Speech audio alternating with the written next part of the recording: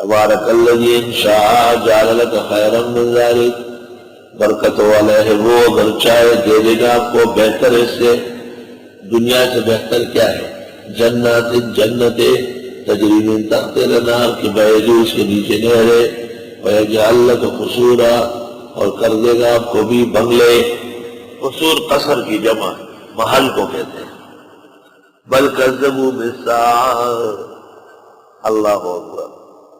مولانا روم تشریف لائے تھے خواجہ عبید اللہ احرار سے ملنے کے لیے۔ خواجہ صاحب کے متعلق مشہور تھا، وہ بادشاہ تھے اپنے علاقے کے۔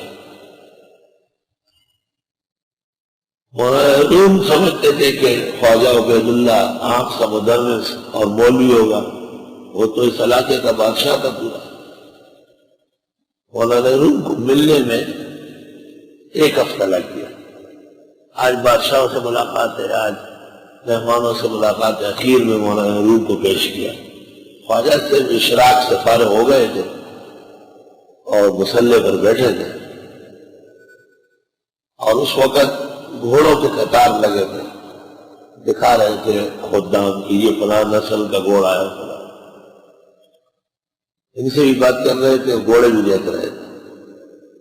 مولانا روم نے چہل پہل دولت کی دیکھ کر آہستہ سے کہا، نہ مردس آن کی دنیا دوست دار، وہ کیا کامل بندہ ہوگا جو دنیا میں اتنا پسا ہوا۔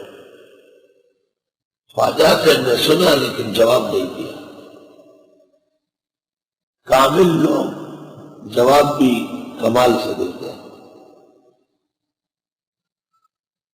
اور مولانا روم ان سے کہ مہمان ہو کے مہمانی لے کے میں ملتان جا رہا ہوں خواجہ شمس تبریز سے ملنے کے لیے، ان کے شیخ ہیں وہاں ایک شمس تبریز سبزواری ہے، یہ اور ہے، یہ رافضی ہے، ایک خواجہ شمس تبریز ہے جو مولانا روم کے شیخ اور پیر ہے، وہ بھی ملتان میں ہے۔